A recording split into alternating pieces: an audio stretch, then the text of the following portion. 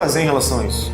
A gente só percebia que tinha aí uma incongruência muito grande em relação ao que as pessoas manifestavam nas ruas e em relação ao que a grande mídia publicava nos jornais, etc. Foi aí que a gente decidiu entrevistar esses especialistas que há muito tempo estavam denunciando isso, mas que por algum motivo não eram ouvidos. A ideia era tentar de alguma forma amplificar esse discurso. A gente entrevistou mais de 86 especialistas por todo o Brasil e fora do Brasil e transformou isso num documentário. Foi o Congresso Brasil Paralelo.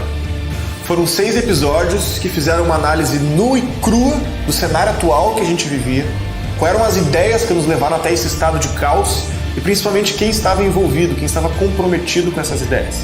Esse documentário atingiu mais de 6 milhões de pessoas no primeiro momento. Essa mensagem foi ouvida. E tudo isso só foi possível porque milhares de brasileiros confiaram nessa ideia e se tornaram membros fundadores do Brasil Paralelo financiando esse projeto. Depois de alcançar esses números, fica a pergunta: qual seria o próximo passo?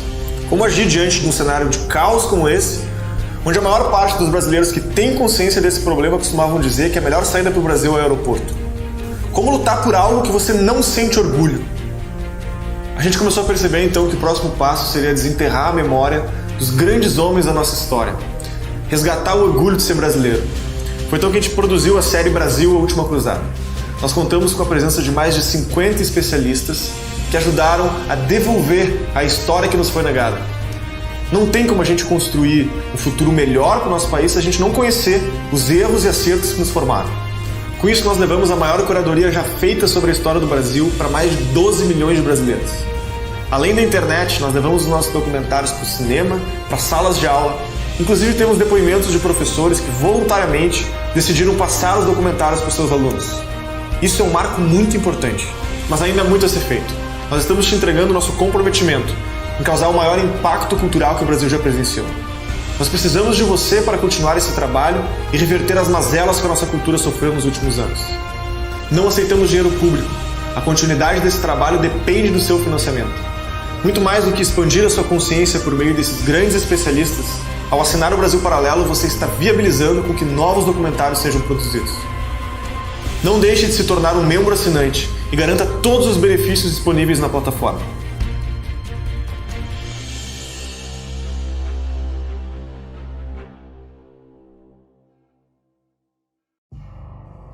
Existem estudos com reconhecimento internacional que indicam que a probabilidade de fraude na última eleição presidencial brasileira foi de 73,14%. As urnas eletrônicas utilizadas no Brasil não são utilizadas em mais nenhum país no mundo e elas não são auditáveis.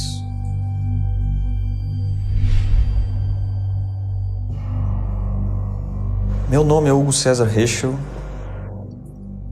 Eu sou PhD em Inteligência Aplicada e pós-doutor em Governo Eletrônico. Eu trabalhei como delegado de polícia, promotor de justiça e como procurador na área federal. Eu também fui presidente da Associação Brasileira de Empresas de Processamento de Dados. No ano de 2004, eu fui convidado a desenvolver um projeto que resultou na descoberta de um dos maiores escândalos de corrupção da história do Brasil e criou um ambiente de processamento de informações que até hoje é utilizado nas mais importantes operações dos órgãos federais do Brasil. A metodologia utilizada nesse tipo de investigação foi a mesma metodologia utilizada para descobrir a fraude da Enron, aquela empresa americana de energia. O método utilizado nesse tipo de investigação é baseado na lei de Benford e ele é tão confiável que em alguns países, como por exemplo nos Estados Unidos, isso tem validade como prova judicial. No caso da fraude da Enron, a prova de Benford foi um teste decisivo para a configuração da fraude perante o Poder Judiciário americano. E é exatamente esta metodologia que nos aponta que a probabilidade de fraude na eleição presidencial brasileira de 2014 foi de 73,14%. É necessária uma operação estruturada para que o cruzamento de dados seja feito. Nas eleições de 2014, Só foi possível iniciar esse trabalho alguns meses depois da apuração. Dessa vez vai ser diferente, porque nós estruturamos uma operação tecnológica para checar em tempo real a validade da apuração. Em laboratório sediado nos Estados Unidos, nós montamos um cluster de servidores com alto poder de processamento. Essas máquinas estão configuradas para capturar, processar e analisar o banco de dados do Tribunal Superior Eleitoral. O cruzamento dos dados do TSE com a curva da lei de Benford vai nos dar o índice de confiabilidade do resultado das eleições brasileiras de 2018. Trabalharemos em paralelo com a apuração do TSE e publicaremos os resultados da Operação Antifraude 2018 4 dias após o encerramento da apuração, ou seja, no dia 11 de outubro. A publicação será encaminhada para a comunidade científica internacional e será divulgada para o povo brasileiro. O Brasil precisa que o maior número de pessoas saiba que essa operação está acontecendo. Só assim nós vamos reduzir o risco de fraude. A sua missão é compartilhar essa mensagem.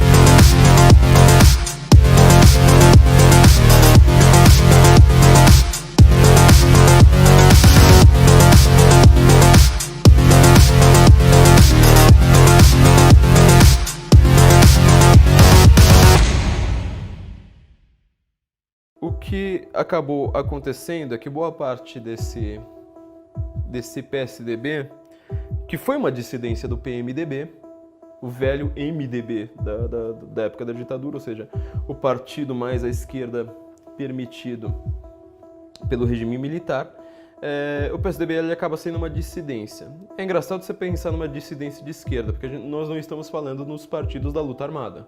Nós estamos pensando nessa esquerda engravatada, nessa esquerda burocrática, uma esquerda mais, vamos dizer, de certa forma, mais agradável, mais permitida.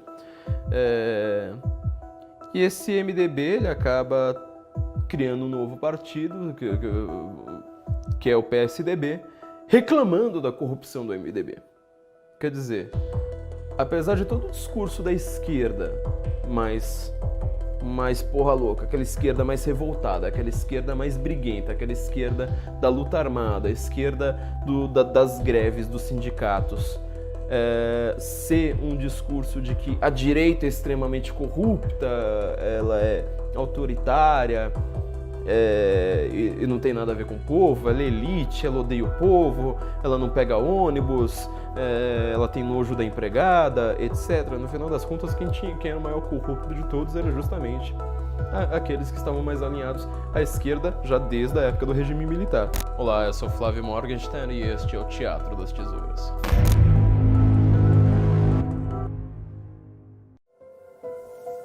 Hoje temos uma grande novidade.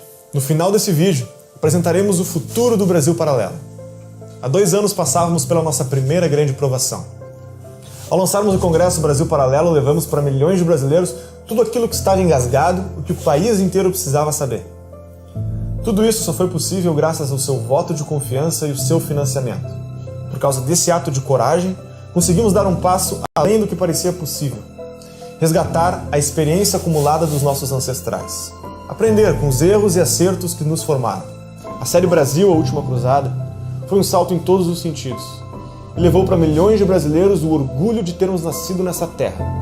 Não se trata apenas de sabermos de onde viemos. Se trata de sabermos para onde estamos indo. Nos últimos 2 anos, entrevistamos mais de 130 especialistas e produzimos 24 documentários, que tratam dos temas mais importantes que nos foram sonegados por décadas. Queremos que você sinta orgulho, pois você já ajudou a levar essa mensagem para mais de 15 milhões de brasileiros, que agora carregam um pouco mais de Brasil dentro de si. Não podemos esquecer, isso é só o começo, ainda há muito a ser feito.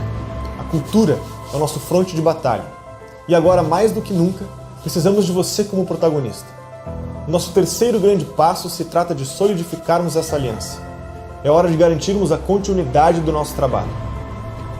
Agora, através de uma anuidade, você terá acesso ilimitado a todo o conteúdo exclusivo das séries produzidas até aqui e todo o conteúdo exclusivo das séries que ainda serão lançadas. E mais uma novidade, muito especial. Sabemos que o que temos de mais valioso para dividir é esse contato constante com o conhecimento que temos o privilégio de vivenciar ao longo das imersões de produção. E é por isso que estamos lançando o Núcleo de Formação do Brasil Paralelo. Ao aderir à anuidade, você fará parte desse núcleo e terá acesso a aulas semanais e ao vivo com grandes professores do Brasil Paralelo, que falarão sobre os temas mais relevantes para a sua expansão de consciência. Viajamos às principais capitais do Brasil para conversar com os nossos membros e após tudo o que ouvimos e aprendemos, confiamos que esse é o melhor caminho para a transformação cultural que precisamos. Faça parte dessa nova fase do Brasil Paralelo e até breve.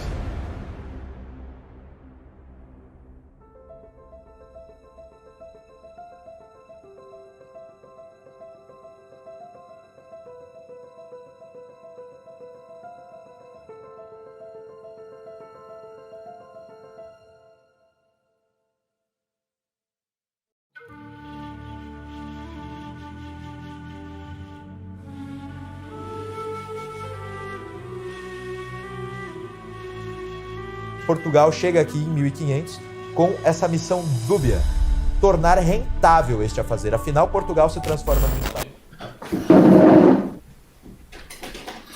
Boa noite a todos. Pessoal.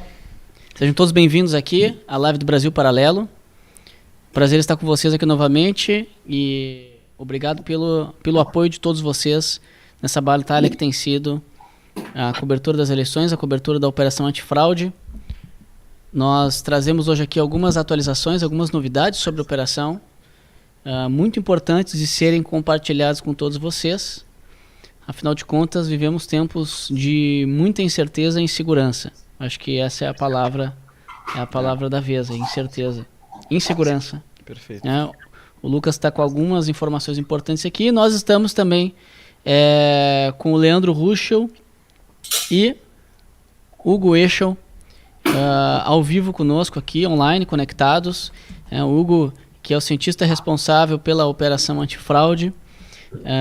Tá aí Hugo. E Leandro Ruschel, que é nosso mentor, apoiador aí, desde o início da jornada do Brasil Paralelo, que também tem acompanhado tudo de perto e vai aqui também comentar algumas coisas conosco. Muito bem, Lucas.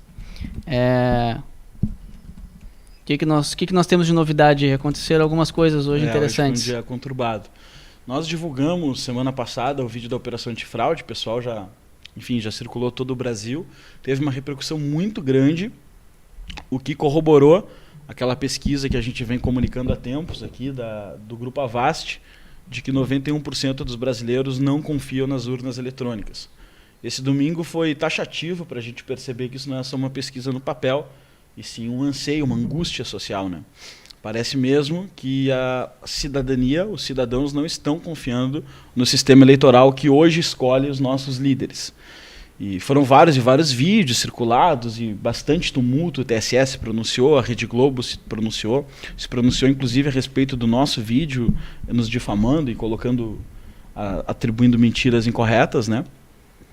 E hoje era o dia para começar a Operação Antifraude, como foi colocado no vídeo. Na verdade, a partir de ontem à noite já, né? A partir de ontem, que os servidores iam estar processando dados divulgados pelo TSE.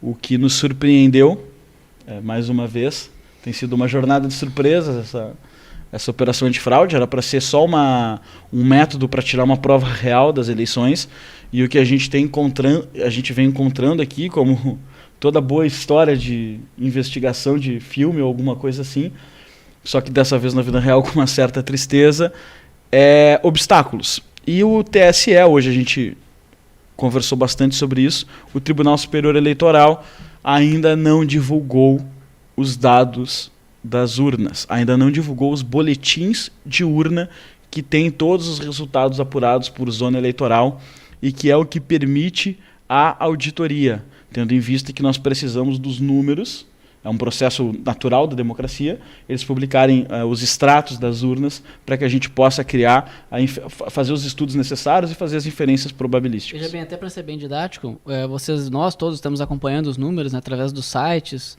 através das publicações do próprio TSE, mas o trabalho que o Hugo precisa fazer depende de planilhas e planilhas com os números corridos de zona por zona, para que possa se fazer o trabalho, né, aplicar as fórmulas, etc.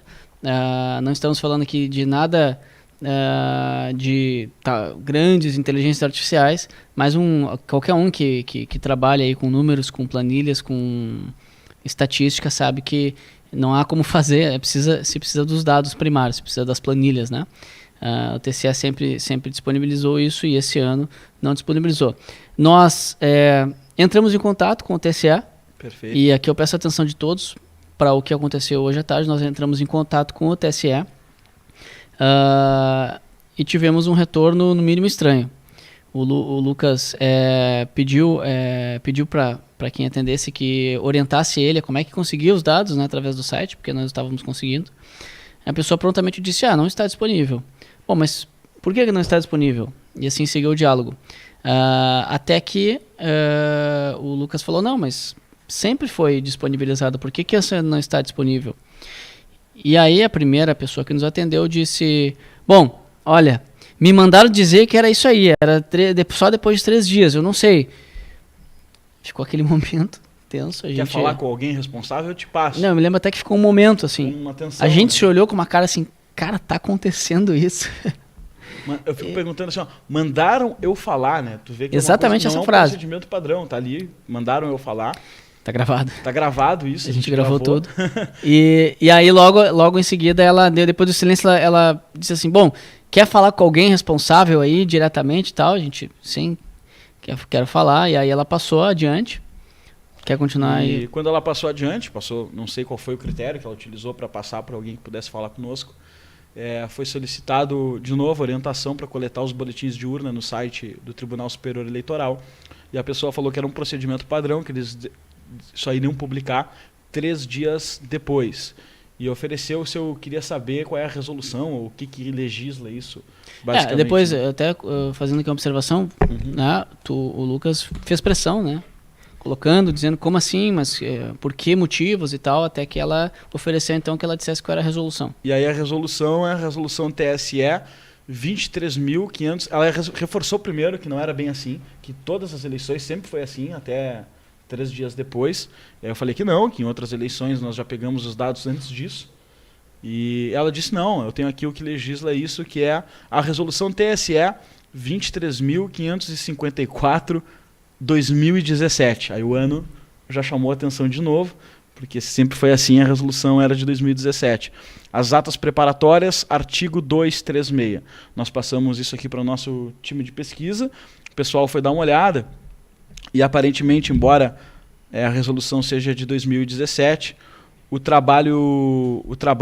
esse artigo realmente existe desde 2010 em outras resoluções, em outras atas preparatórias, e não fala exatamente de usar 3 dias depois das eleições. Fala de até 72 horas após encerradas as operações eleitorais. Então, a pergunta-chave que resta é por que, né, dessa demora, por que está acontecendo essa demora, tendo em vista que entendo não ser possível, ou se for possível, acho que cabe o TSE nos responder isso, se foi divulgado a apuração com o resultado das eleições, se nós temos o resultado da eleição por cidade, por colégio eleitoral, etc., etc., como que nós não temos, então, disponibilizado essas planilhas? Por que nós não podemos entrar no site e coletar esses dados? Então, esse é o primeiro obstáculo. Algo está sendo feito com os dados. Isso. Aqui não é nenhuma acusação. Algum mas filtro algo está pra ver sendo se tá feito tendo com os algum dados, erro? porque eles já existem. Eles já estão sendo usados pelos softwares pelas interfaces, né? Interface do TSE, a interface dos outros sites que aplicam a sua API lá.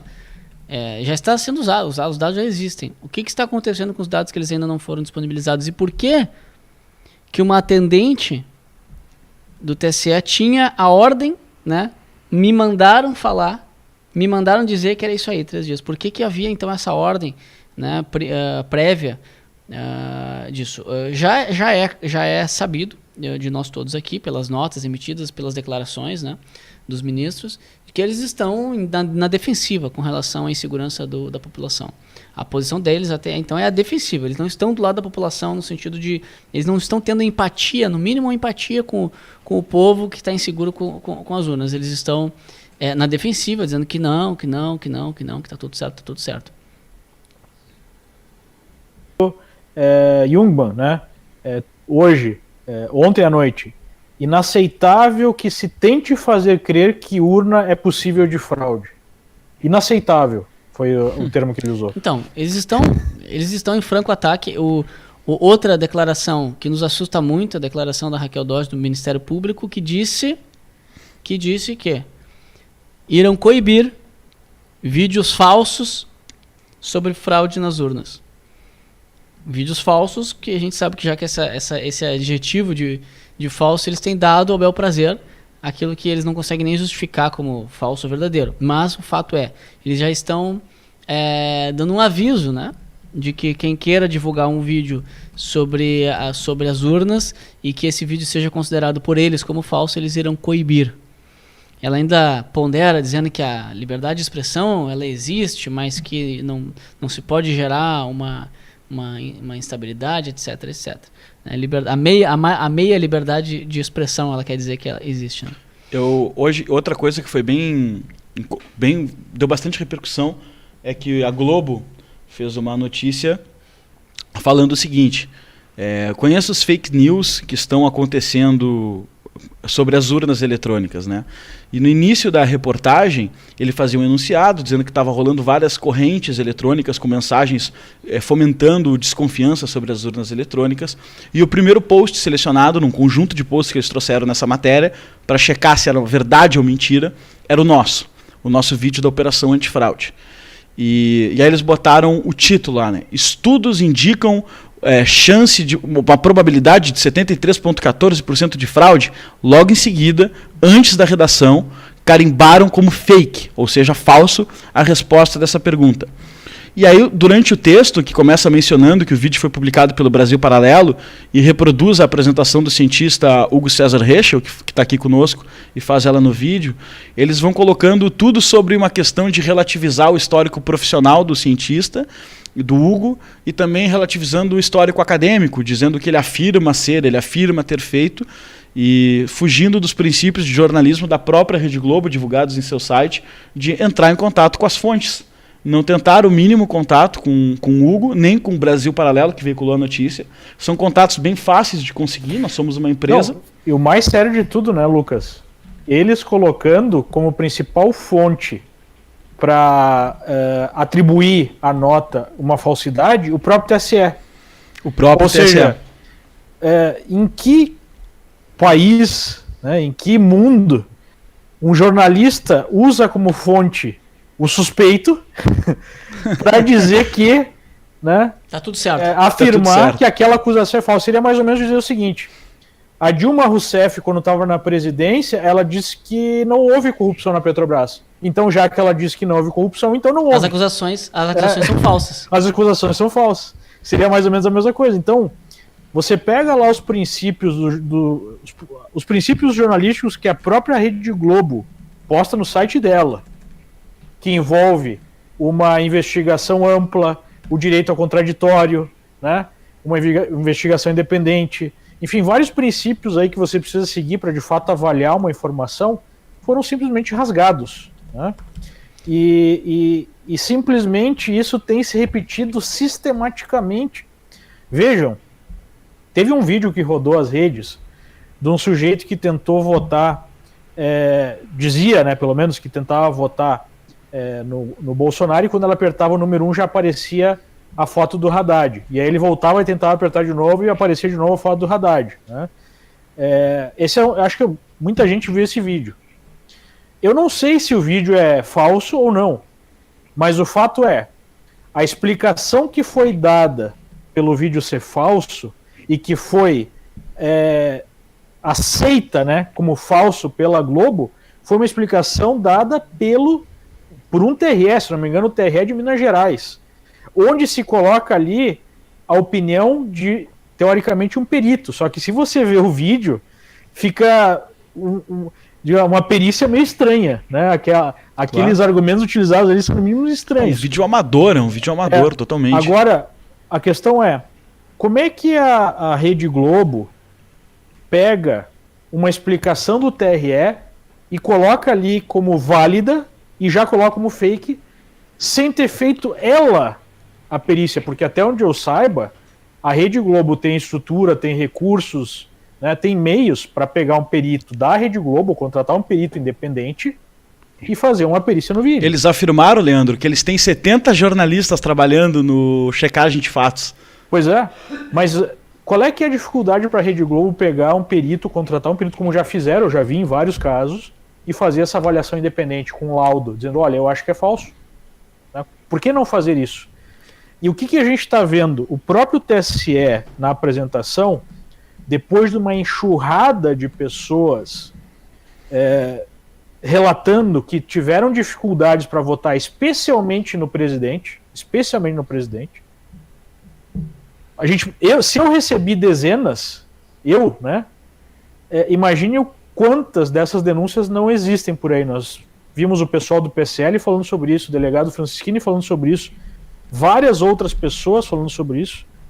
E aí, de forma peremptória, lá na apresentação do TSE, o próprio ministro Jungmann coloca o seguinte: não, nós avaliamos as denúncias e são falsas. Peraí, vocês avaliaram centenas e centenas de denúncias em questão de 2 ou 3 horas e já colocaram essas denúncias como falsas? Isso por si só é falso, porque você não tem como avaliar centenas de denúncias em poucas horas e poder dizer que são falsas, né? Então, quando a gente vê isso, e a gente vê a imprensa comprando esse tipo de argumentação, nós ficamos realmente preocupados. E eu acho que não é só nós, porque no Twitter ontem, a hashtag que estava lá no Trending Topic número 1 à noite, qual era? Fraude nas urnas.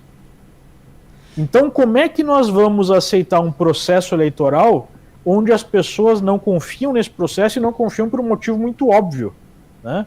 Porque, diferentemente do que o TSE coloca, do que a imprensa aceita de maneira bovina até, o processo não é auditável. Não há como confirmar que aquilo que um eleitor vota de fato é o que sai lá na contagem. Não há como tirar essa prova dos 9. Haveria se nós tivéssemos voto impresso que eles derrubaram. Então, quando eles nos acusam de querer colocar em dúvida as eleições, na verdade, quem colocou em dúvida as eleições foram eles. A partir do momento que retiraram a possibilidade de se confirmar o voto dos eleitores, né? Perfeito. Então, dando sequência aí aos nossos questionamentos, acho que a gente pode ouvir o Hugo Eu ia dizer em relação, número 1, que eu acho que é a pergunta número 1 que fica depois dessa investigação que vocês fizeram aqui à tarde, ligando para o próprio TSE. Hugo, você que tem experiência com a manipulação massiva de dados, né?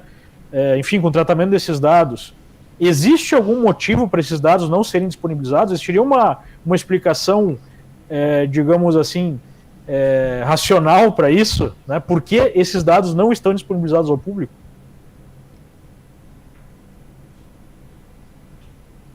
Boa noite.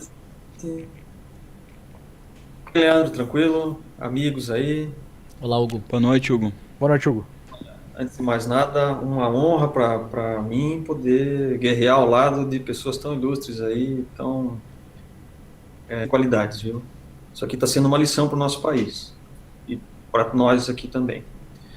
Bom, em primeiro lugar, assim, a gente não quer, né, ficar antagonizando com um órgão do poder público que deveria simplesmente dizer quem foi ganhou a eleição, né? né? Essa acredito, é a função, como o Leandro se lembra, nos Estados Unidos não existe essa estrutura. Cada estado faz a sua eleição, proclama o seu resultado, tem lá os delegados e resolve a coisa, né?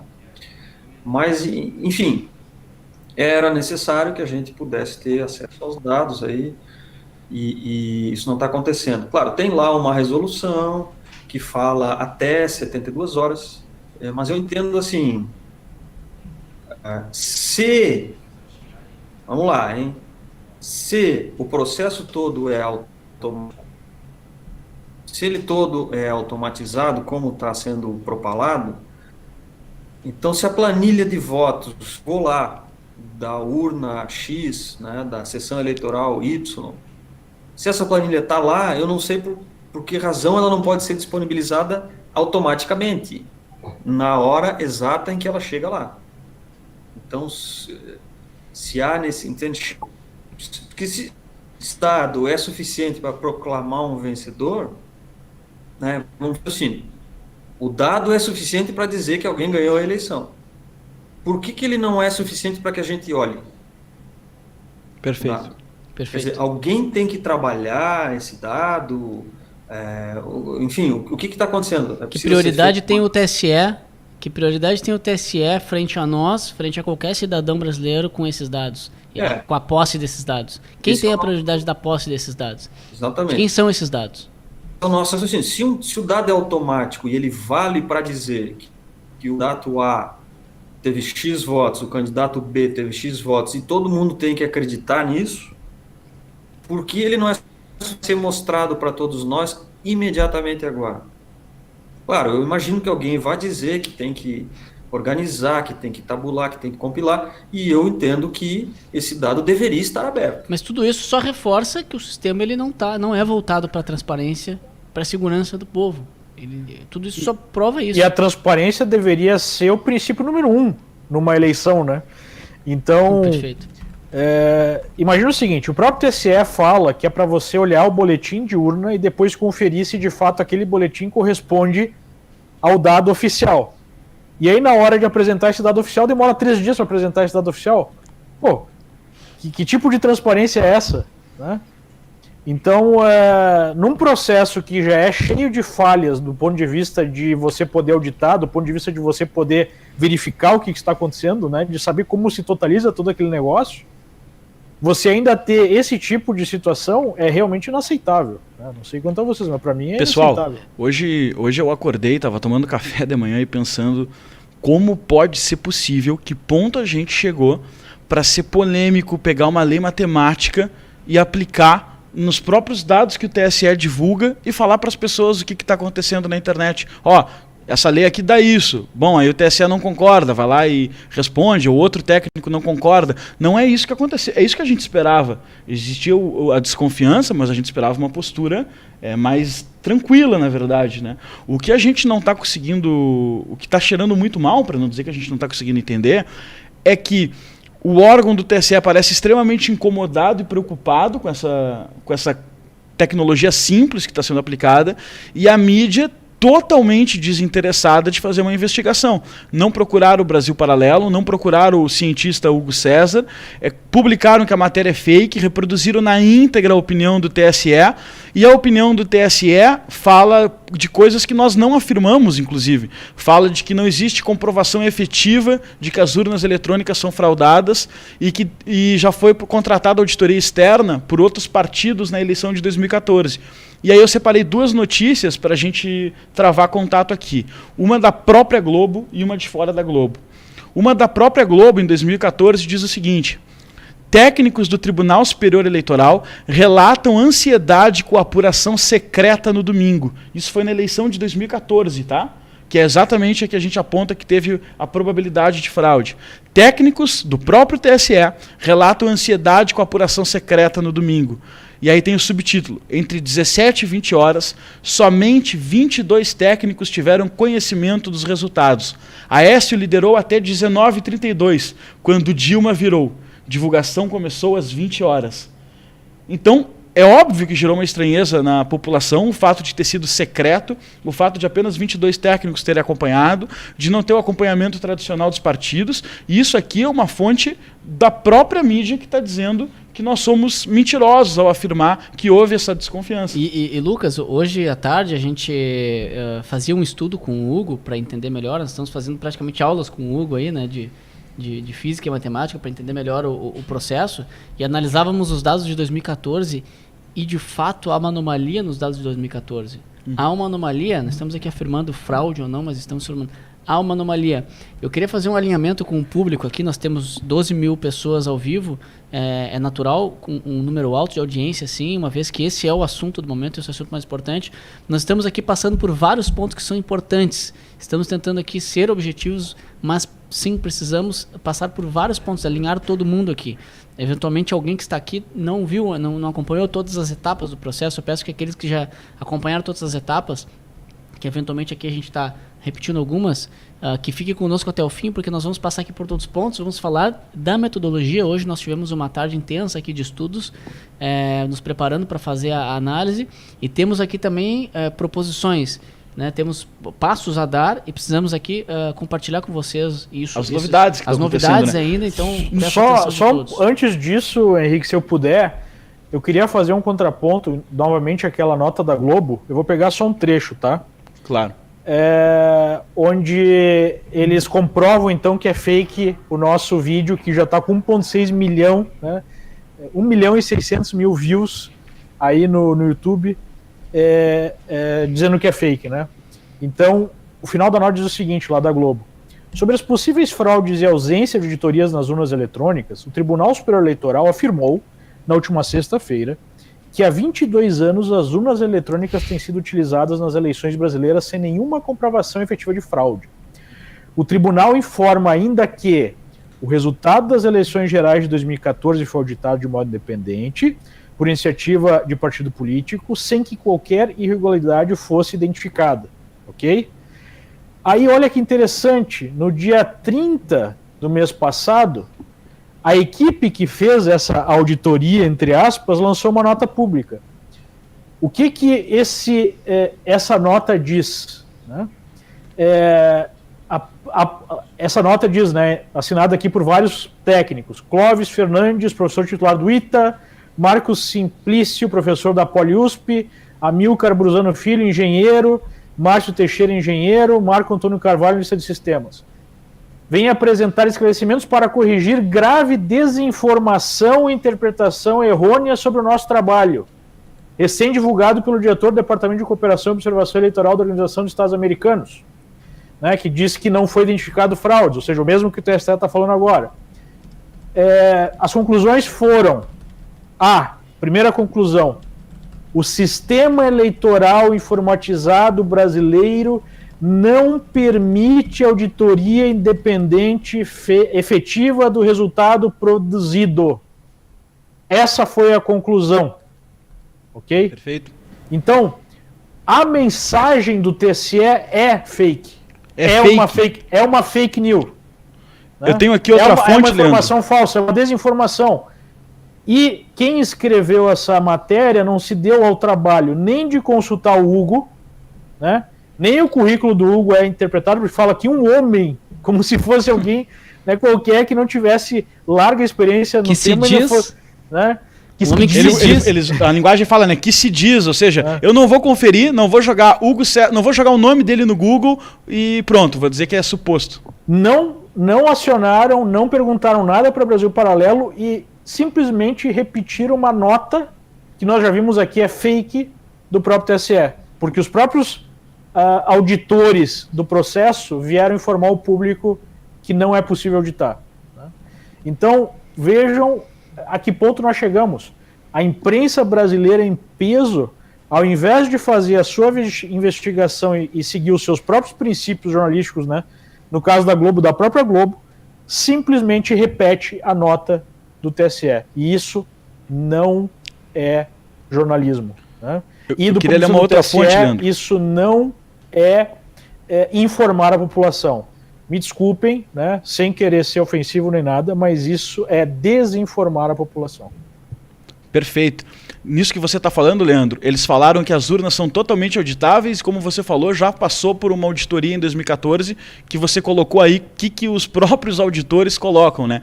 Tem uma outra fonte aqui que diz o seguinte: membros da equipe que fez a auditoria dos resultados das eleições de 2014 emitem nota de esclarecimento sobre a possibilidade de auditoria das urnas eletrônicas, contrariando afirmações de que o sistema é auditável. Ou seja, os técnicos não chegaram à conclusão de que o sistema é auditável. Eles chegaram à conclusão de que o sistema é inauditável. O TSE fake news. E daí tu entra num sistema circular porque dizem, não foi provado nenhuma fraude. Mas como é que você vai provar uma fraude se não tem como auditar, entendeu? E aí você entra num raciocínio circular que não vai chegar a lugar nenhum. Não é isso, Hugo? Não sei se você concorda aí com a gente.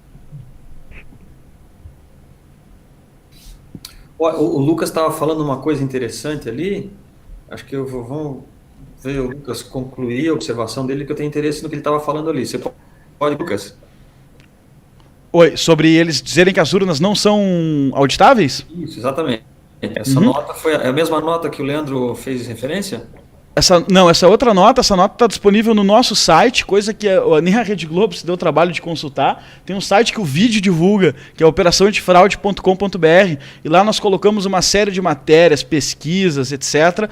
Primeiro, coloca o que era fake, eu pergunto para a Globo, né, que reproduziu a nota do TSE, não abordou nada do nosso vídeo, nem metodologia, nem o índice de probabilidade falso, nem a lei de Benford, não abordou nada. E nem que nós faríamos ou não a operação. E o que acontece? No site tem comprovação da reconhecimento internacional do estudo na Cracóvia, no Conclave da Democracia em Washington. Ele é um working paper científico, um paper científico divulgado no Scribd, está aí disponível para download, todo mundo pode consultar, está lá no nosso site. E a gente colocou uma série de notícias, como, por exemplo, essa notícia. Você pode entrar lá no site operaçãoantifraude.com.br e tem o título, né? Técnicos que auditaram as eleições de 2014 desmentem diretor da OEA, certo? E aí você vai ler a notícia com a nota pública de esclarecimento, dizendo que os especialistas em tecnologia da informação abaixo assinados, na qualidade de membros, etc, etc, etc, falaram que é inauditável o processo de 2014. E pronto, eles decorrem aqui, claro, no texto sobre as justificativas e tudo mais, e conclui a matéria dizendo que, infelizmente, tal equívoco propagado pelo TSE é uma verdadeira fake news e tem sido repetido e repercutido sem a devida cautela pelos jornalistas de grandes emissoras de TV e de jornais de grande circulação. E aí está assinado pelo Clóvis Fernandes, professor titular do ITA, pelo Marco Simplício, professor da Poli da USP, o Amilcar Brunazzo Filho, engenheiro, o Márcio Teixeira e o Marco Antônio Carvalho, ou seja, de grupos como SOS Dados, etc. Eles tiveram uma demonstração da urna muito longa, de várias horas, com a equipe especializada na urna do TSE, para não ter o resultado desejado. Então, você veja que a gente está, como o Leandro colocou, numa situação totalmente circular. Nós disponibilizamos dados, nós disponibilizamos estudos, nós tentamos fazer tudo isso com base no que o próprio TSE divulga, já que o equipamento da urna eletrônica é muito contraditório enquanto à sua auditabilidade, e a grande mídia reproduz na íntegra o que o TSE tem falado, nos taxando como fake news, e o TSE diz que nada está acontecendo. A Rosa Weber, presidente do TSE, inclusive, fez um pronunciamento ontem ou anteontem, falando que nem sempre o que os nossos olhos enxergam e o que os nossos ouvidos escutam corresponde com a realidade. Ela está pedindo para você acreditar no TSE e não no que você enxerga. A gente tem que acreditar nela, então. A gente tem que acreditar nela. Não, e essa, aliás, Lucas, essa declaração dela em vídeo, é visível o nervosismo dela, a insegurança dela. Perfeito. É só você ver, não é um juízo aqui arbitrário da minha parte, só você ver o vídeo, é extremamente claro o nervosismo e a insegurança da parte dela. Agora eu queria só alinhar que tem muitas pessoas novas que chegaram a recém, não estavam no início da nossa transmissão. Nós estamos aqui falando de uma série de assuntos importantes com relação à questão das urnas eletrônicas e da Operação Antifraude. A Operação Antifraude, divulgada aqui no canal do Brasil Paralelo na quinta-feira, ela, que é liderada pelo cientista Hugo Eixo, que está conosco aqui ao vivo, ela se pretende, dentro de alguns dias, entregar para a população um estudo estatístico com uma avaliação de quão provável são uma possível fraude ou uma alteração de dados do resultado das eleições. E desde ontem os dados não estão disponíveis, né? As planilhas por zona eleitoral, as planilhas primárias de dados, elas não estão disponíveis. Apenas estão disponíveis os dados através das APIs e das divulgações do site do TSE, mas não conseguimos baixar as planilhas. Entramos em contato hoje com o TSE, pois nos outros anos de eleição foi possível conseguir esses dados mesmo no domingo à noite. Entramos em contato com o TSE, ligamos, e no primeiro contato que fizemos lá, primeiramente já disseram que não era possível ter esses dados, que só dentro de 3 ou 4 dias. O Lucas estava no telefone. Eu vou ter que te interromper, Henrique, porque a gente fez o telefonema, a gente gravou essa gravação, a gente vai poder trazer ela aqui, mas eu achei exatamente dentro do working paper o resultado que o TSE afirmou, na verdade, que as urnas eram auditáveis e que já foi sofrida auditoria de outros partidos. E aqui aconteceu da gente conversar que o Leandro trouxe uma nota, eu trouxe outra, e aqui está o próprio trabalho deles dizendo o seguinte, as conclusões foram o sistema eleitoral informatizado brasileiro não permite auditoria independente efetiva do resultado produzido. B, a etapa de votação e apuração dos votos feitas nas urnas eletrônicas não pôde ter sua confiabilidade determinada devido a severas restrições impostas pela autoridade eleitoral. Ou seja, a fonte que o TSE e a imprensa tem usado para dizer que que a urna é segura é justamente o processo que não diz isso. Que não diz isso. Vocês estão entendendo as informações que o Leandro falou sobre desinformação? É muito importante, pessoal.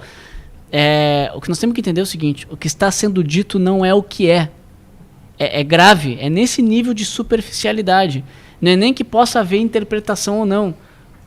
A imprensa, o TSE, as autoridades, todo mundo está dizendo o seguinte: as urnas são seguras, etc, etc. E uma das principais provas que eles têm usado é este evento, esta auditoria independente, que foi uma tentativa de auditoria independente em 2014, após as eleições.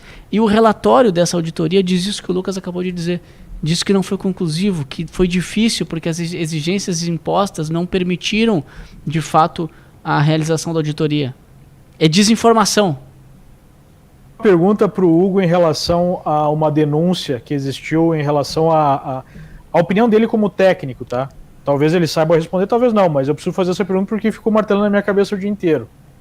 Nós tivemos, saindo um pouco desse assunto, desculpe te interromper, Henrique, mas acho que é importante porque foi muitas denúncias nesse sentido que nós tivemos ao longo de todo o domingo sobre a pessoa tentar apertar no botão lá da presidência, não conseguia, ou não vê a foto, ou não dá o confirma. A pergunta é, tecnicamente, em tese, né, não é uma acusação, isso é só para saber uma possibilidade. Seria possível programar uma urna para que isso acontecesse, para gerar esse efeito, para que as pessoas não conseguissem apertar o botão e dar o voto, né? E se isso fosse possível fazer, como identificar isso?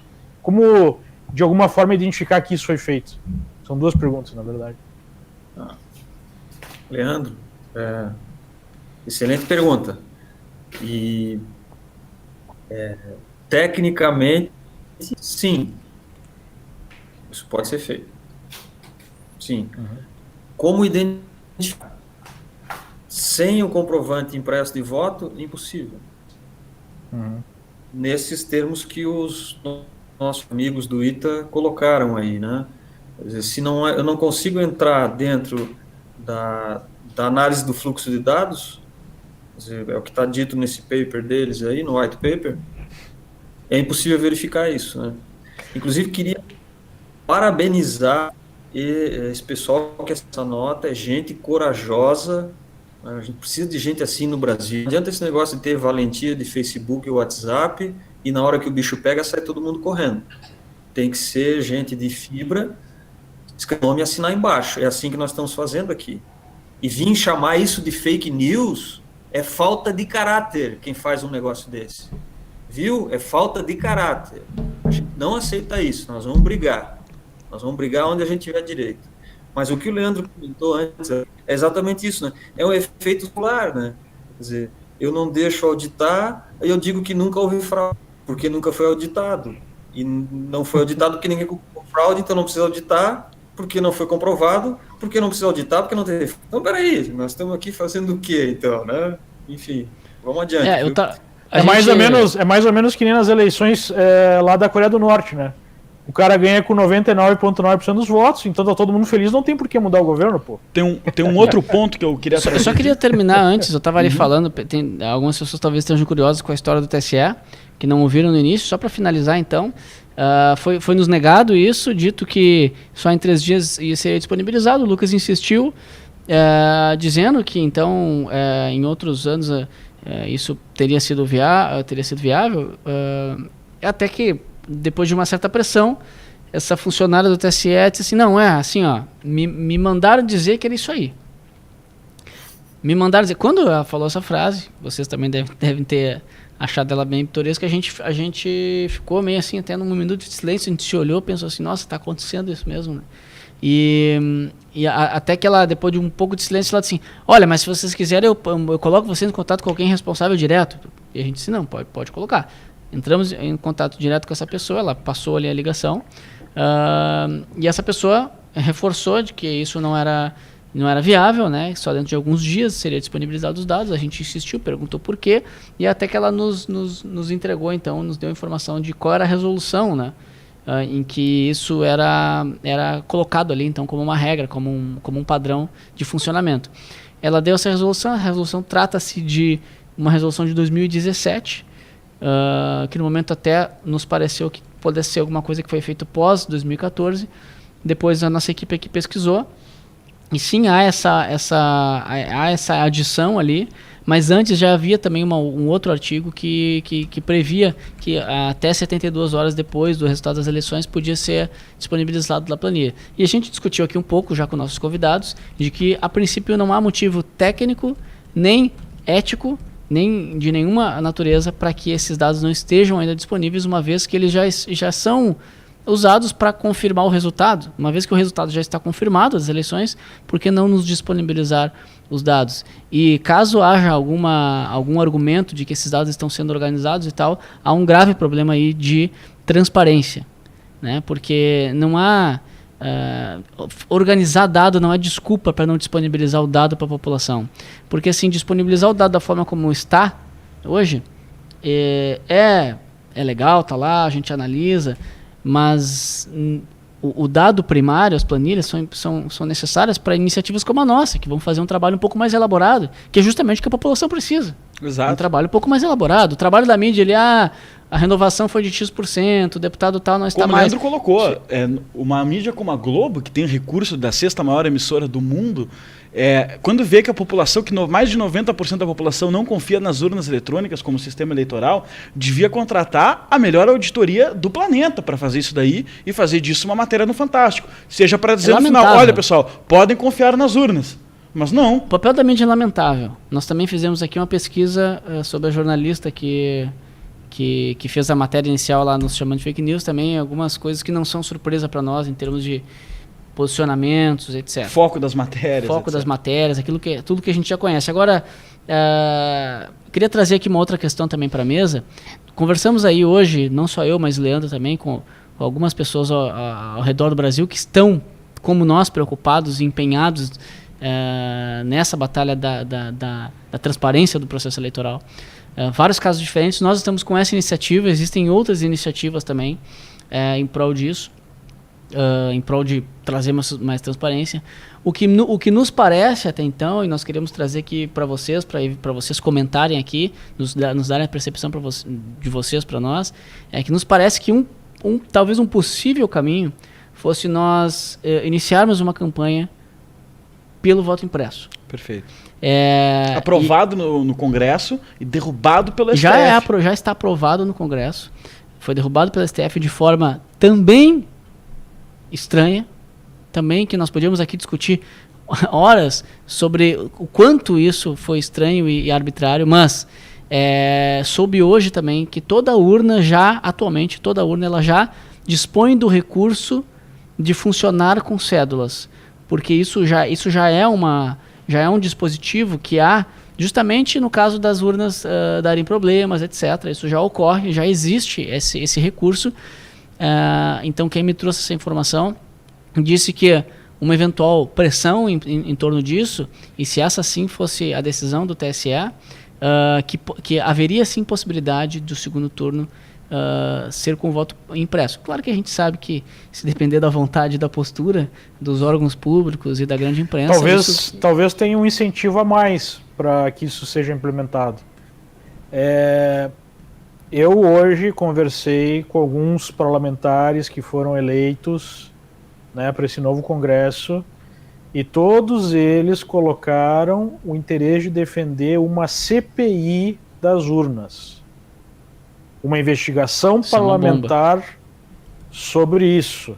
Perfeito. Uma iniciativa que, inclusive, o Hugo, né, já acompanhou no passado, que por poucos votos não passou, por pressões gigantescas, que nós sabemos de quem. Né? Não passou. Não passou. Não vamos investigar. Nós temos uma nova, né, casa, um novo Congresso, com muitas pessoas que pensam no Brasil, e já há um alerta aí, então, para os envolvidos, que há uma boa chance de nós aprovarmos aí uma CPI das urnas, que acho que seria extremamente saudável para a democracia brasileira. Né? Então talvez sirva aí como um incentivo. Tu acha que isso, Leandro, tu acha que isso pode ser um incentivo para que eles deem um passo atrás? Nessa defesa, nessa resistência que eles estão. O que eu vejo é o seguinte, nós tivemos essa história, pessoal, de eleições sendo resolvidas com 0,5% de diferença para um candidato em vários países latino-americanos, com a mesma característica, né, desses projetos bolivarianos. Então, nós podemos dizer que parte das ditaduras que aconteceram no continente foram criadas por urnas desse tipo e por processos desse tipo. E nós estamos nas eleições mais importantes da história do Brasil, com urnas que não são confiáveis, e nós mostramos aqui os motivos, e eles são muito lógicos.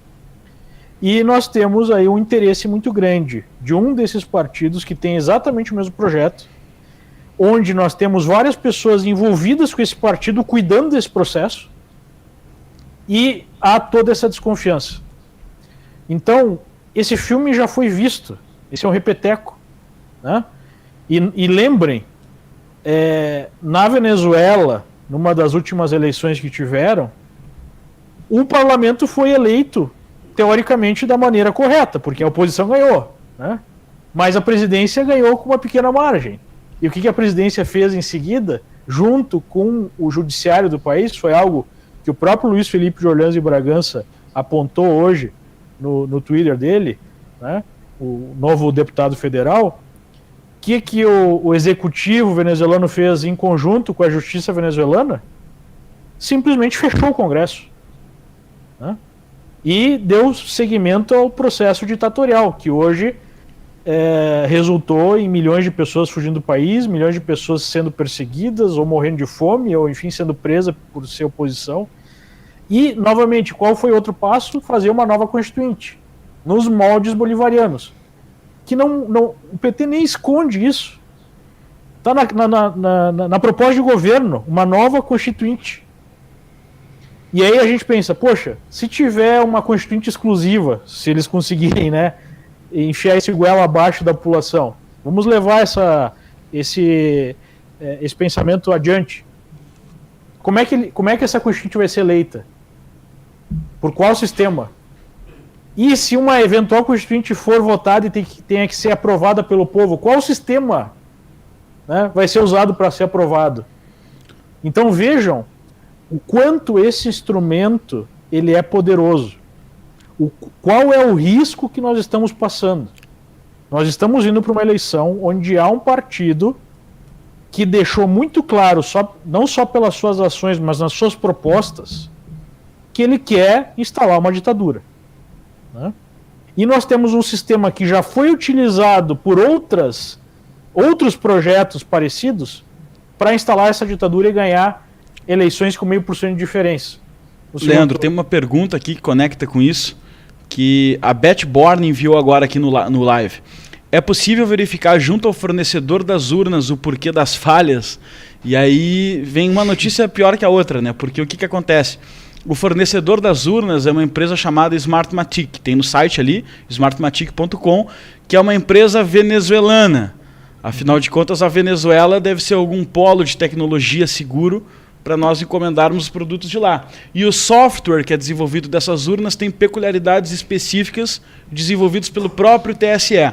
Eles afirmam que é para a necessidade de ter um projeto seguro de eleição. Eles vão te dizer que não, né? Que agora a produtora específica dessa urna não é mais Smartmatic, e o software não é exatamente Smartmatic, mas a gente sabe que essa empresa participou de várias etapas da produção dessa urna. E eu acho que o Hugo até pode dar algumas informações a mais sobre isso para nós, não, Hugo?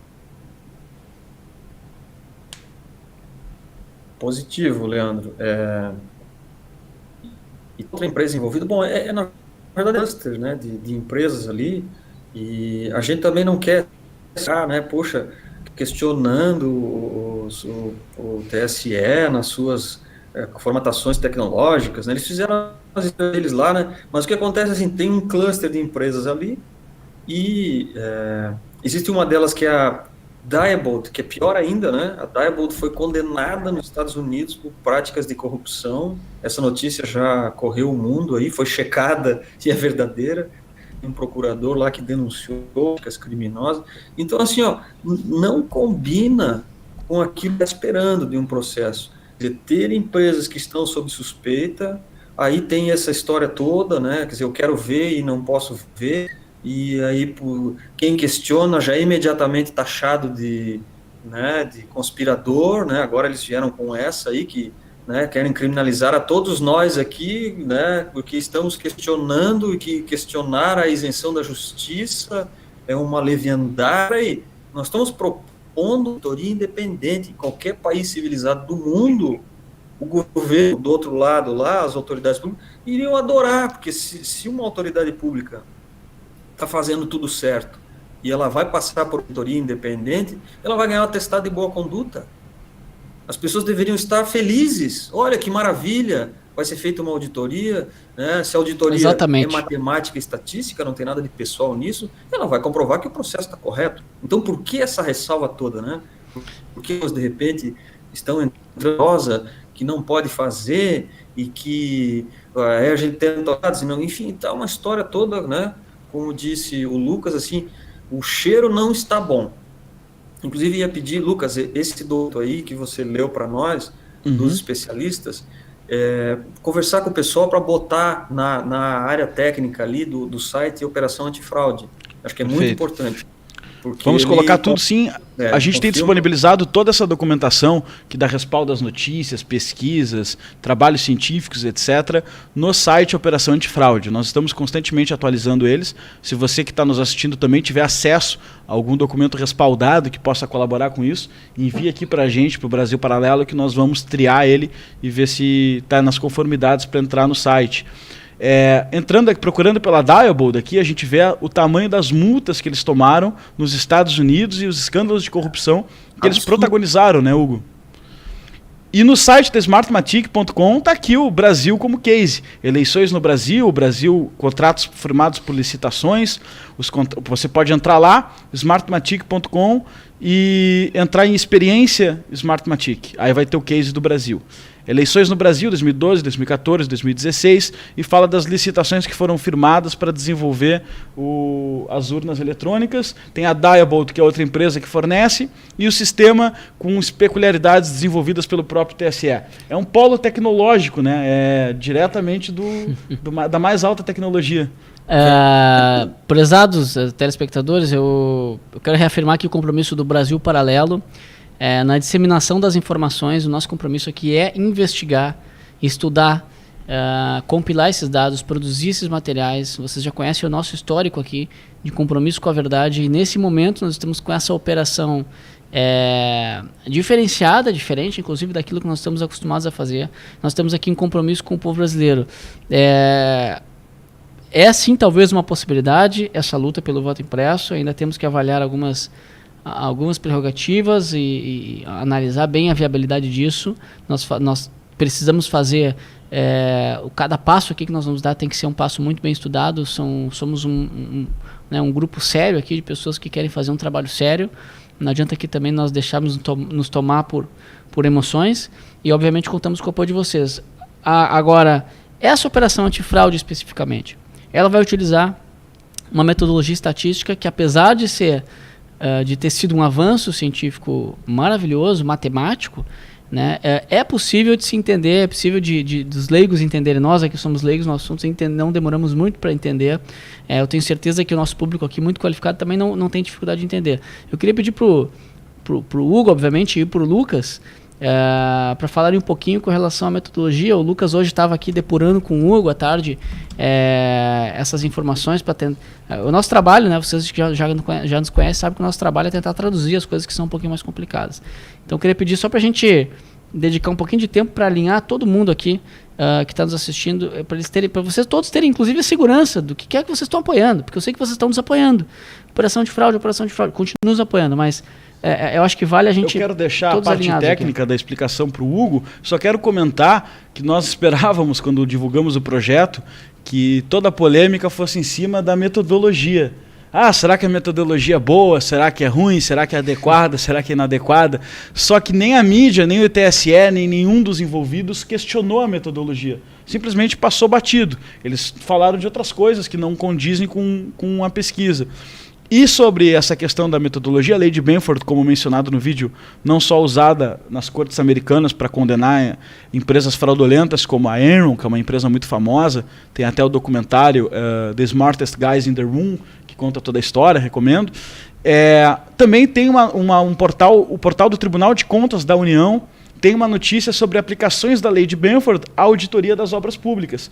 E aí ele explica toda a lei de Benford, do próprio Tribunal de Contas da União, o mesmo que negou as contas públicas apresentadas pela Dilma Rousseff, pela ex-presidente Dilma Rousseff, no caso das pedaladas fiscais, que embasou o impeachment.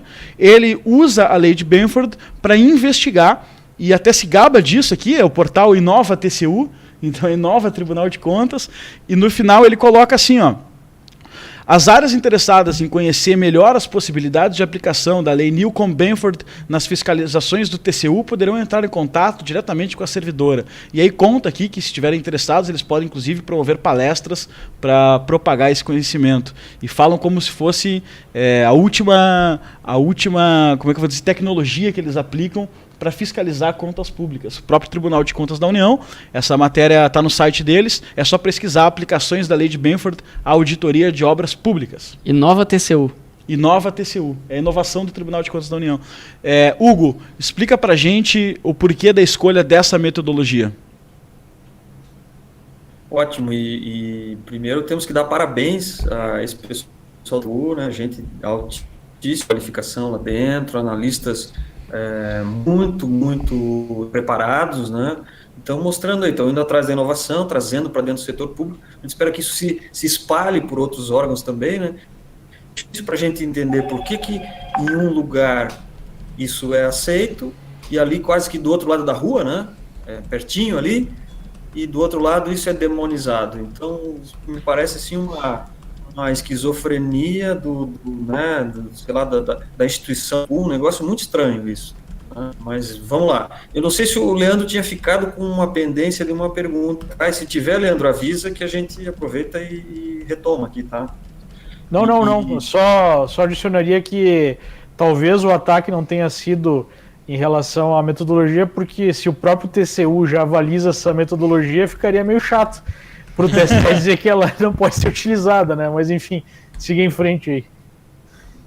Ia ficar uma discussão aí entre... Né, inclusive nessa própria página do TCU que fala da lei de Benford, dá um exemplo do uso para mostrar que houve fraude na eleição do Irã, né? Então já avaliza até mesmo para uso em processo eleitoral, mas enfim. Inclusive, muito bem lembrado, ainda tem algumas pessoas que no final da história que dizem, que isso ali é lindo, a lei de Benford e tal, ela vale para tudo, vale para obras de engenharia, vale para fiscalizar bancos, vale para fiscalizar contabilidade pública, mas não vale para eleições. Então, a gente tem como essa, né? Então tá lindo, vale para tudo, mas não vale para eleições, né? Eu até vi um artigo lá de alguém que falou, não, é porque eleição parece uma loteria. Não, peraí, pessoal, vamos parar de brincadeira. Eleição não é loteria, eleição é a coisa mais séria que nós temos no nosso processo decisório. Não tem nada de loteria, absolutamente nada. É um número produzido por um conjunto de pessoas. Não é abrir uma caixa de bolinhas e tirar uma bolinha. Pelo amor de Deus, vamos fazer crítica séria. Nós estamos aqui para trabalhar, esse trabalho é muito sério. Mas assim, por que a pergunta do Lucas, né, a questão colocada, por que esse processo? Então, por duas razões básicas, né? A primeira, assim, ele é um processo de empoderamento de pequenas estruturas. Quer dizer, nós aqui, algumas pessoas, né, o Brasil Paralelo, um canal que está crescendo, uma referência na sociedade brasileira, mas todos nós aqui, né, com muita austeridade, quer dizer, ninguém tem dinheiro para contratar turbina nuclear, para produzir, para montar um cluster gigante de computadores, é tudo muito austero. Então, assim, a Lei Benford, ela permite isso, né? No caso lá da Enroll, foi uma pessoa sozinha que fez a primeira análise e descobriu os indícios. Aí, claro, eles fizeram uma auditoria maciça, né? Mas a primeira descoberta, então, a Lei de Benford tem essa característica. Ela permite fazer pequenas amostragens e puxar o fio do novelo, né? Nesse caso, a gente já puxou o fio do novelo lá em 2014. Nós fizemos 3 análises, uma primeira muito simples dos informes totalizatórios, que indicou problema. Depois temos uns dados agrupados por estado, indicou problema. Depois nós fizemos, sim, uma análise de todas as zonas eleitorais agrupadas por município e divididas por estado. Então, assim, o primeiro fator para escolher a Lei de Benford é que ela permite isso, que com uma estrutura pequena você consiga ter resultados. E o segundo ponto é esse, ela vem sendo apontada em várias instâncias como uma inovação. Isso não é um mérito do pessoal aí do TCU, mas é mérito também do FBI, é mérito da Scotland Yard, que usam esse tipo de técnica. Até nesse paper do TCU, que está bem legal, eles falam ali, tem outros processos, tem curva ABC e tal, que são coisas mais custosas, exigem mais gente, mais computação. Então, a Lei de Benford, ela dá esse poder com muita rapidez, a ponto de nós podermos fazer aqui, com uma semana de trabalho, uma equipe relativamente enxuta, a auditoria de todo o processo brasileiro, desde que nós tivéssemos os dados, né? Então, já traz uma outra questão para a gente colocar aqui, que acho que todo mundo está curioso para saber. Perfeito, Hugo. Eu queria só fazer uma... Desculpa te interromper, eu queria fazer um pequeno parênteses. Aqui? Não, o áudio está excelente. Eu que te peço desculpas de te interromper, quero fazer só um parênteses aqui para o pessoal, que é o seguinte, sobre a Lei de Benford. Toda atividade que gera um registro, que gera registros, né, que tem variáveis que vão gerando registros, como o balanço de empresas, como registro de entrada e saída de pessoas num prédio, como registros de votos em eleição, movimentação bancária. Toda atividade que gera registros ao longo do tempo, ela sempre tem a tendência a ter um certo padrão de comportamento. Não temos uma regra aqui para banco ou para eleições, mas cada eleição tem o seu padrão. Essa eleição de 2018 ela teve um padrão. Cada urna tem um padrão, né? E vejamos assim, quando nós alteramos externamente números específicos, mesmo que lá na zona tal eu altero aqui, eles geram uma anomalia nesse padrão. O que essa metodologia da Lei de Benford faz é apenas ela identifica esse padrão e ela pega o número real e bate eles. E mostra, olha, em determinadas leituras, em determinadas zonas, tem anomalias, né? Então você não tem uniformemente, por exemplo, em determinadas urnas, vamos supor aqui no caso da eleição, fazendo, aí Hugo, se eu estiver cometendo algum equívoco aqui, tu me corrige, mas nós não temos assim determinadas urnas, grupos de pessoas, eleitores de candidato X indo lá votar, grupos de eleitores do PT massivamente indo votar em determinada urna, ou grupos de eleitores do Bolsonaro indo votar em determinada urna. A coisa aleatória, ela tem um comportamento mais aleatório, randômico, né? Então é mais natural. Quando esses números começam a aparecer de forma inserida, a lei de Benford, então o que é legal dessa metodologia é que ela pega o resultado final. Qualquer dessas metodologias, qualquer dessas anomalias, qualquer dessas falhas que estão ocorrendo, que a gente está observando, que possam vir a modificar o resultado da eleição, elas são identificadas no final lá pela metodologia. Fecha parênteses, volto a palavra para o Hugo. Não, belíssimo, Henrique. Aliás, até acho que talvez tu tenha condição de explicar até muito melhor que eu, né? Às vezes a gente começa digressões técnicas aqui, né? Por exemplo, eu estava conversando com o Lucas hoje, cara, o que esse cara captou no negócio ali, da lógica, da matemática da lei de Benford, eu até ia pedir, de repente pede pro Lucas fazer um vídeo, assim, daqueles de 2 minutos, assim, dizendo o que é, bem explicadinho, que ele tá com o negócio na cabeça aí, cara. Bem assim, acho que o Brasil Paralelo aqui tem como missão produzir um vídeo agora bem estruturado, explicando toda essa situação, porque desde que nós lançamos o vídeo Operação Antifraude, aconteceram muitas outras novidades e se fizeram necessárias muitas outras explicações. Acho que a gente tem que se comprometer já com o pessoal que está ao vivo aqui, de fazer o nosso próximo vídeo, né, Henrique? O que tu acha? Acho que sim. Eu acho que a gente tem essa missão, não só para esse caso específico, mas eu acho que é um avanço que nós temos aqui enquanto sociedade se a gente tiver domínio da ciência, né? Eu acho que os avanços científicos eles vêm para contribuir com o avanço da nossa sociedade e acho que a gente consegue aí trazer uma ferramenta, porque essa ferramenta não é só usada em eleições, é usada também para operações de combate à corrupção, lavagem de dinheiro, etc. e tal. Mas então, acho que nós temos aqui talvez mais algumas observações específicas a fazer, pontuais. Leandro, Hugo, Lucas, eu queria só que a gente, de repente, trouxesse aqui para o nosso público um pouco de, vou usar uma linguagem mais simples, mas um pouco de esperança, né? Ou talvez não, né? Mas o que nós podemos esperar dos próximos dias? O que nós podemos esperar do segundo turno? Só uma coisa interessante que eu estou dando uma olhada. Deem uma olhada no Google Trends sobre o termo lei de Benford, que aconteceu desde que a gente lançou o vídeo. Imagino. Tá brincando, não tinha visto ainda. Ótimo. Muito bem, Leandro, muito bem. Estamos promovendo o Benford. Ótimo. Cadê o Benford? Olha, eu queria fazer 2 observações, né? Podemos seguir aqui? Sim, por favor, Hugo. Tá.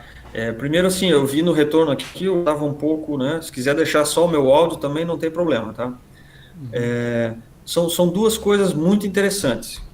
Primeiro, assim, os amigos e as amigas que estão nos acompanhando, ou que têm amigos que estão nos acompanhando, que tem alguém conhecido em Florianópolis. Nós estamos nesse momento aqui em Florianópolis. Nós vamos fazer uma reunião na sede da OAB amanhã, às 15 horas. Amanhã, terça-feira, 15 horas, no auditório da OAB. A sede da OAB é um local bastante conhecido aqui. Inclusive é perto da Justiça Federal. Por que nós vamos fazer essa reunião? Primeiro, assim, a OAB está simplesmente nos cedendo o espaço, né? Não é um evento oficial da OAB, né? A OAB não tá botando a chancela nessa reunião. Ela está nos cedendo gentilmente, democraticamente, um espaço para a gente ter um encontro. Esse encontro, grupo de advogados, coordenado pelo presidente do Instituto de Santa Catarina, que é o Ricardo da Rosa, uma figura assim, de proa na advocacia aqui de Santa Catarina, para discutir esses aspectos que estão sendo colocados aí, tanto isso, né, de a gente estar querendo ver os dados e não conseguir, né, ver até onde isso é correto, até onde isso é bonito, né, porque até um certo ponto pode dizer, é legal, sim, mas é bonito? Isso. Então, discutir esse aspecto legal, vamos discutir essas outras implicações, assim, né, que está nos surpreendendo muito, essas ações, né, quer dizer, um órgão de mídia do tamanho da Globo dizer que a gente querer fazer uma auditoria independente, isso de fake, nos agredir dessa maneira, e querer dizer que isso é uma insolência, né? Como assim? Nós queremos fazer uma auditoria independente. A sociedade deveria ficar feliz. As autoridades deveriam ficar, entende? Satisfeitas por ter a oportunidade de mostrar trabalho transparente e com credibilidade. Isso que uma Entendo que tendo a expressão de milhões de pessoas, Hugo, desculpa te interromper, mas entendo que inclusive ganhando o eco de milhões de pessoas, o TSE deveria entrar em contato conosco e nos convidar, perguntar se a gente está precisando de alguma ajuda, de algum auxílio. Eu tive a oportunidade de visitar o prédio deles, os caras têm lá não sei quantos andares, é um prédio gigantesco em Brasília, com milhares e milhares de pessoas trabalhando, deviam prestar esse serviço à população que está em ânsia com essa preocupação. Essa postura servil que muita gente tem, especialmente a imprensa está tendo, com o poder público, não é uma lógica, um pensamento de uma sociedade democrática evoluída. Porque o TSE, outras autoridades, eles são nossos empregados. Nós somos nós que somos empregados deles. Eles que devem explicação e que devem garantir a lisura das eleições, devem nos explicar por quê, como, né? Não somos nós que temos que brigar pelo nosso direito de questionar. E eu identifiquei nas falas ontem de autoridades, e isso é seríssimo, isso é ditadura, falando que vão investigar as fake news para ver se não há dolo. É óbvio que se alguém intencionalmente falsificou alguma informação para prejudicar o processo, tem que se responsabilizar. Agora, taxar todas as reclamações de fake news e se colocar acima do bem e do mal, isso é coisa de ditador. Isso é coisa de ditadura. Então, nós somos cidadãos brasileiros que têm o direito de questionar esse processo. Tem o direito de auditar, não só o direito, o dever. Porque nós vimos o que acontece quando esses processos eles não ocorrem da maneira que eles devem ocorrer. Aí do nosso lado tem um exemplo com pessoas passando fome, né? E sendo mortas, sendo exterminadas nas ruas só por se opor, justamente porque ninguém fez isso, ou não foi efetivo o suficiente. Então essa é a nossa preocupação, e nós não vamos ser intimidados porque nós ainda estamos numa democracia, e nós estamos aqui com, nesse momento, 13 mil pessoas, né? Há pouco já eram 15 mil pessoas, e o vídeo já tem 1.600.000 pessoas. Então, nós não vamos nos curvar a qualquer pressão, nós vamos nessa história até o fim, né? Como o Hugo bem colocou no início da apresentação. Até porque, Leandro, não há opção. Não há opção para a democracia. Eu quero lembrar que a gente veio de um governo agora de 4 mandatos seguidos, interrompidos apenas por um impeachment feito com manifestações populares nas ruas, da extrema esquerda no país, do Partido dos Trabalhadores. E agora a gente está numa situação pré-Venezuela. É uma situação em que existe uma eleição. Vamos lembrar o que aconteceu na Venezuela nesse momento e o que aconteceu conosco. Pré-eleição, o candidato da extrema esquerda prometendo uma constituinte no plano de governo, está prometida a constituinte.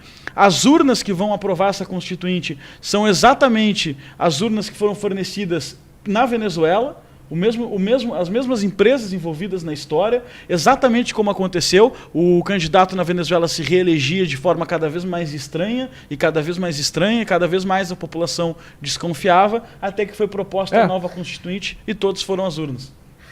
Foi tão patente a fraude que foi eleita uma assembleia, né, na Venezuela que era contra o governo, e o partido que tinha zero ou uma aprovação muito baixa, conseguiu eleger o presidente, né? E há centenas aí de evidências e até provas de fraude. E o sistema foi tão fraudado que a própria Smartmatic veio a público numa dessas últimas eleições para denunciar a fraude, né? Perfeito. Mas espera aí, se o sistema é infraudável e é auditável e tudo mais, como é que a própria Smartmatic anuncia que o sistema foi fraudado? Então é óbvio que isso é uma possibilidade, que a gente não pode deixar isso acontecer, e esse deveria ser o assunto que deveria estar em todos os jornais hoje no Brasil. E ao invés de estar em todos os jornais, está no Jornal Nacional, enfim, está na imprensa, nós temos que anunciar isso para as pessoas, né? Então vejam em que ponto a gente chegou. Quando a gente chega nesse ponto é porque, de uma certa forma, uma das bases da democracia, que é a imprensa livre, já não existe mais. E vejam bem, é uma imprensa que não é livre, não é por uma pressão externa, é por vontade própria. é uma imprensa que se autocensura ou que se autopoda. Né? Ao invés de ir lá e questionar o TSE, não, eu vou aceitar, por qualquer que seja o motivo, aquela explicação oficial e não vou investigar nada. Né? Então talvez esse seja o pior tipo de ditadura, o pior tipo de censura, aquela censura autoimposta. Né? Então isso é muito sério. Reforçar Mas aqui. lembra, Leandro, lá no livro, no Big Brother, né, no 1984 de Orwell, quando ele fala assim, não, nós não queremos que você mude de opinião, nós queremos que realmente acredite naquilo que nós estamos falando, lá na sua consciência, lá no fundo. Até porque no final do filme ele mostra 3 dedos, né? Não lembro quantos dedos lá pro cara e tortura ele e fala quantos dedos você tá vendo, né? Eu tô vendo 3. Então deixa eu torturar um pouco mais. E agora, quanto você tá vendo? Tô vendo 4. Agora você tá curado. Né? Beleza. Então o TSE tá mostrando 3 dedos pra imprensa e a imprensa tá dizendo, eu tô vendo 4. Muito bem, você está no caminho certo. Quantos você quer que eu diga, né? Exatamente. Tô lendo aqui muitos comentários, pessoal. Só fechar um ponto aqui importante, desculpa, Henrique, te interromper, né? Mas a gente tem que lembrar assim, que lá na Venezuela tem sido muito da referência, com toda razão. A Venezuela tem uma coisa chamada CNE, né, que é Comissão Nacional Eleitoral. Eu estive lá em Miami, acho que o Leandro conheceu também, né? A ex-presidente da CNE, exilada, porque chegou um momento, ela falou que ela não se conformava mais com o volume de absurdos. Os caras ameaçaram de morte, isso tá lá, é uma exilada política nos Estados Unidos, né? E ela disse para nós o seguinte, tem pessoas presas na Venezuela por 4 anos por um retweet, que alguém botou uma informação contra o conselho, a pessoa foi lá, deu um RT, essa pessoa está 4 anos, isso dito como se fosse a ex-presidente do TSE da Venezuela, que está exilada nos Estados Unidos. Eu tenho uma vizinha venezuelana, Hugo, e acontece o seguinte, na Venezuela, eles conseguiram, e é público, a lista de todos os votantes, e quem votou no partido, né, que hoje forma a ditadura, e quem votou contra. E quem votou contra recebe a perseguição. E sempre se falava que o sistema era seguro e o voto era secreto. Sempre se falava isso. Até que o próprio governo começou, para intimidar as pessoas, mostrar a lista de votação e dizer, olha aqui, você não votou em mim. Então você não vai ter acesso à comida, você não vai ter acesso a não sei o quê, e você, eventualmente, se escalar, né, vai preso. Então, vejam, esse é o tipo de sistema que a gente tem, né, muito parecido no Brasil. E o mais engraçado é que na Venezuela, em tese, o sistema até seria melhor, porque lá tem o voto impresso. Só que lá foi tão detonada, né, as instituições, que nem isso funcionou mais, porque quem iria conferir o voto impresso, que seriam, né, o Ministério Público e tudo mais, não tinha mais força nenhuma. Né? Tanto é que a última resolução aí que foi aprovada lá, que agora estão governando basicamente por decreto, foi acabar com o próprio Ministério Público, né? A partir do momento que você não tem mais a garantia de estabilidade dos procuradores. Então, a gente não está falando de coisas simples aqui, nós estamos falando de coisas extremamente sérias e com potencial muito danoso. Né? Então, muito importante que o nosso público tenha a consciência disso. E uma coisa que todo mundo pode fazer, independentemente de outras iniciativas nossas, questione a imprensa. Questione. Tem uma matéria lá que fala que é fake, eu falo questiona. Não, mas espera aí. Você fez essa perícia ou você está só repetindo no TSE? Você foi atrás da informação ou você está só repetindo no TSE? Você entrevistou as pessoas envolvidas? Né? Você contratou uma perícia independente? Nós não podemos aceitar, né, esse tipo de censura, porque essa ideia de fake news, apesar de ter um lado positivo, que é desfazer algumas mentiras que de fato tem na internet, tem um lado muito perverso, que é basicamente criar essa sociedade orwelliana aí, né? De não, eu digo que é verdade e você ou segue a verdade ou você é um mentiroso, né? E aí as pessoas começam a se autopoliciar para seguir aquela linha. Então, nós temos que ficar atentos e, enquanto a gente tiver internet livre como a gente tem aqui, que a gente está falando com milhares de pessoas, nós temos que desenvolver essa consciência e passar essa mensagem adiante e fazer a nossa parte. Né? E essa pressão funciona, pessoal. Se não fosse isso, imaginem se tivesse nessa eleição só a imprensa para dar notícias. Como é que teria sido o resultado dessa eleição? Olha, com certeza não teria sido o resultado que nós vimos no domingo, né? Talvez fosse o contrário, até uma eleição no primeiro turno, de um outro candidato, né? Então, nós temos que realmente usar e abusar desses meios livres que nós ainda temos, né? Que é a internet. Aproveitando essa observação, né? E daqui a pouco nós temos que devolver para o Henrique ali, que ele tem uma coisa para falar, mas eu queria muito ver, essas agências de checagem de fatos, que são muito importantes, prestam isso para a sociedade brasileira. Eu queria que elas checassem essa matéria do G1. Uma matéria que pegou uma nota oficial de um órgão público, reproduziu ipsis literis, não nos ouviu, não conversou com ninguém, não pesquisou nada, não pesquisou os autores independentes da eleição 2014. Eu queria que fizesse uma checagem disso. Eu assim, né, convoco essas pessoas, desafio a fazer a checagem. Por favor, façam um fact-check dessa matéria do G1. E os amigos e as amigas que estão assistindo, vão lá deixar o seu comentário, a sua opinião sobre o que vocês acham de algum jornalista que faz isso. Pega uma nota oficial de um órgão público, reproduz como chapa branca, não ouve ninguém, não consulta nada e não pesquisa nada. Bom, só terminando a nossa mensagem, amanhã nós vamos para as 15 horas reunidos no auditório da OAB. Não é nenhum evento, não é nada complexo, é uma reunião para a gente pensar sobre o estudo jurídico dessa situação, o que fazer diante dessa impossibilidade agora de coletar os dados. Em relação a essas outras questões, outras insinuações que estão acontecendo e que estamos desafiando a justiça, não, nós estamos fazendo uma auditoria independente. Isso deveria ser recebido de braços abertos, como disse o Lucas. Olha, o que vocês precisam, porque nós podemos gerar um resultado que né, o trabalho de um órgão público. Isso deveria, na Noruega, na Suécia, isso sempre é bem visto. Então a gente não entende porque que no Brasil isso dá nariz torcido, cara fechada, parece que tem medo de alguma coisa, né? Então isso só nos faz, nos aumenta o nosso nível de alerta pela necessidade de ter que fazer isso. Mas a outra coisa que eu queria dizer, assim, talvez a melhor notícia, né, para todo mundo na noite aqui, é que não nos preocupemos, mesmo que essas informações não venham ser colocadas no site do TSE, não tem problema, nós já temos o plano B. Eu não vou falar para não alertar, né, enfim, e eventualmente o nosso plano B também ser aí desestruturado, mas nós um plano B para fazer uma análise que também vai nos mostrar aí uma questão de eficácia e eficiência desse processo aí. Também usando, claro, a lei de Benford, mas tem outras composições do universo, já capturamos dados, já estamos trabalhando, quer dizer, se por acaso, né, não, o dado só for colocado na quarta noite, não tem problema, já temos dados, só que são dados, mas nós vamos fazer uma rodagem mesmo assim, tá? Henrique, devolvo para ti. Perfeito.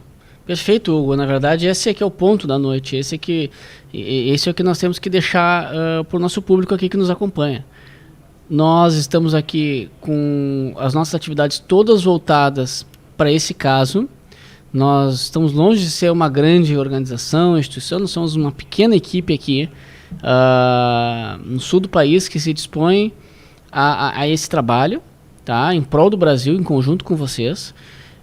Nós estamos trabalhando por isso e, como o Hugo disse, temos um plano B, não podemos divulgá-lo, porque corremos o risco, a partir de agora, de todas as ações serem de alguma forma interrompidas e barradas. Então nós seguiremos aqui noticiando para vocês. A gente trouxe hoje aqui uma série de novidades, principalmente com relação a essa questão do TSE, de não disponibilizar os dados. Eu espero que tenha ficado aqui claro para todos o que está acontecendo. Alinhamos aqui todos ainda sobre uma série de questões da metodologia, dos ataques da imprensa, da questão das urnas. Então, todos aqui nos acompanhando, alguns perguntaram aqui o que a gente faz, o que a gente faz. O que vocês fazem é o que vocês já estão fazendo. Esse rebuliço no TSE, nos órgãos públicos, na imprensa, esse rebuliço é porque eles analisam diariamente Diariamente eles recebem relatórios, eles se encontram, eles têm licitações, isso é público, é só pesquisar, eles contratam empresas de análise de redes sociais, de movimentos sociais, eles sabem o que acontece na imprensa, mínimos movimentos que acontecem, na internet, mínimos movimentos que acontecem na internet, eles têm conhecimento diário. E vocês, ao compartilharem, ao viralizarem o vídeo da Operação Antifraude que foi lançado na quinta-feira, eu tenho certeza que a maioria que está conosco aqui viralizou isso, ao fazer isso, vocês colocaram o sistema em xeque. E eles foram para a defensiva. Veja bem, hoje nós temos toda uma postura dos órgãos públicos que ali na frente, quando nós estivermos discutindo isso de forma mais incisiva, com todos os outros meios que nós temos para fazer isso, com certeza essa postura e todas as atitudes que têm sido tomadas agora nesses últimos dias, inclusive muitas que talvez a gente nem conheça e não tenha conhecimento, com certeza elas vão ser elas vão servir para que a gente consiga o nosso objetivo de ter uma eleição mais transparente. Ou seja, nós estamos criando, diferente do que a imprensa tem dito, que nós queremos criar uma instabilidade para a democracia, nós estamos criando um desconforto para aqueles que não querem nos dar transparência. Sim, um desconforto. É necessário criar esse desconforto. Então vocês já estão fazendo esse papel. Vocês estão aqui se informando junto conosco que nós precisamos que vocês continuem. Amanhã estaremos aqui de novo, nós estaremos atualizando vocês de tudo. Teremos também transmissões com relação às eleições, com relação à nova bancada federal, às bancadas estaduais, algo que é importante também a gente discutir, todos vocês estarem atentos, vocês precisam saber quem são os novos representantes. Muitos grandes defensores do Brasil entraram agora na Câmara Federal e em câmaras estaduais, e vai ser importante que vocês também estejam em conjunto. O Brasil Paralelo tem a missão da comunicação, tem a missão de informar vocês, de expandir consciências. A gente trabalha desde um nível de divulgações até um nível de educação. Nós não recebemos nenhum dinheiro público, obviamente, nem um grande patrocínio, nem nada. Nós somos financiados por milhares de membros que dão pequenas contribuições. Para o Brasil Paralelo somos 100% independentes. Eu queria já indo para o encerramento aqui, para nós não cansarmos também o nosso público, e eu retomo aqui a questão de que nós precisamos dar alguma perspectiva, né? Já estou dando aqui uma certa perspectiva, mas queria também ouvir do Lucas e do Leandro aqui o que nós podemos esperar para os próximos dias. Fazendo uma breve retomada do live de hoje, nós divulgamos o vídeo Operação Antifraude, ele viralizou com milhões de acessos por diversas redes sociais em todo o país. O TSE publicou uma nota desqualificando o vídeo e insistindo que não há nenhuma comprovação de fragilidade no processo eleitoral e que já foi feita inclusive auditoria contratada por outros partidos no caso das eleições de 2014. E a própria auditoria que ele menciona, na verdade, na publicação dos auditores, afirma que as urnas foram inauditáveis. Esse material está disponível para consulta no próprio site da Operação Antifraude e a fonte, portanto, que o TSE usa como base, afirma diametralmente o oposto. A Globo, o veículo G1, pegou para analisar a Operação Antifraude numa operação de checar se era fato ou se era mentira. E fez um trabalho muito mal feito ao não tentar contato nem com o cientista Hugo César Reichel, nem com a instituição Brasil Paralelo, e reproduziu na íntegra a nota do TSE, em vez de fazer a própria investigação ou procurar as fontes, ou sequer abordar a metodologia que nós estávamos propondo ou investigar os estudos que nós estávamos mencionando. A partir disso, como esperado, a partir de ontem, fomos entrar em contato com o TSE para coletar os dados dos boletins de urna de todas as regiões e compreender, submetê-los sob análise proposta da lei de Newcomb-Benford, para trazer os resultados dessa auditoria paralela e ver se havia conformidade esperada ou se havia alguma probabilidade de interferência humana, ou seja, uma fraude no resultado eleitoral. Os dados não estavam disponíveis no site do TSE e nós telefonamos para lá no início da tarde para conversar e pedir ajuda e entender melhor como poderíamos obter esses boletins. A atendente ficou um pouco nervosa e falou que, olha, só vai estar disponível quinta-feira, e quando eu perguntei o porquê, já que em outras eleições estava disponível anteriormente, ela afirmou que me mandaram dizer isso, me mandaram dizer que só quinta-feira, gerou uma estranheza, uma certa tensão, e ela perguntou se queria falar com mais alguém, a gente fez uma pressão, ela me passou para outra pessoa, que eu não sei quem é exatamente, e essa pessoa trouxe informações de que sempre foi assim. e nos passou um decreto que na verdade é uma resolução, uma ata preparatória de eleição que estabelece isso. É uma ata de final de 2017, o que nos colocou em xeque sobre, sempre foi assim, mas dezembro de 2017, vocês publicaram isso, nós submetemos o documento à nossa equipe de pesquisa e eles perceberam que não, que há outras atas preparatórias comentando que tem até 72 horas, ou seja, ao final de processo de eleição, até 72 horas. E hoje nós fizemos o live para comentar tudo isso, para trazer algumas documentações e apresentar alguns contrapontos a respeito do mau jornalismo que tem sido feito na internet, a respeito disso, sobre a nossa desconfiança total da imprensa livre e que sobra para a gente a internet como veículo.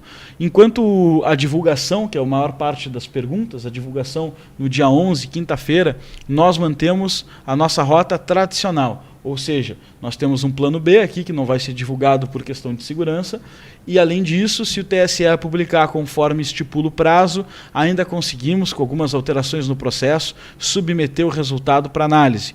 Qualquer novidade que se faça necessária, nós vamos estar em constante contato aqui com vocês todos até quinta-feira. O que eu peço e continuo insistindo é que todos vocês se inscrevam no Brasil Paralelo para acompanhar essa história, compartilhem os vídeos da Operação Antifraude, da resposta que nós demos à publicação do Globo e das nossas lives com o máximo de pessoas possível e também não percam o estado de alerta em cima da imprensa, dos órgãos públicos e saibam que a gente tem que construir essa democracia, porque a gente está num momento muito perigoso e a única coisa que pode nos separar de uma derrota somos nós mesmos, somos os cidadãos.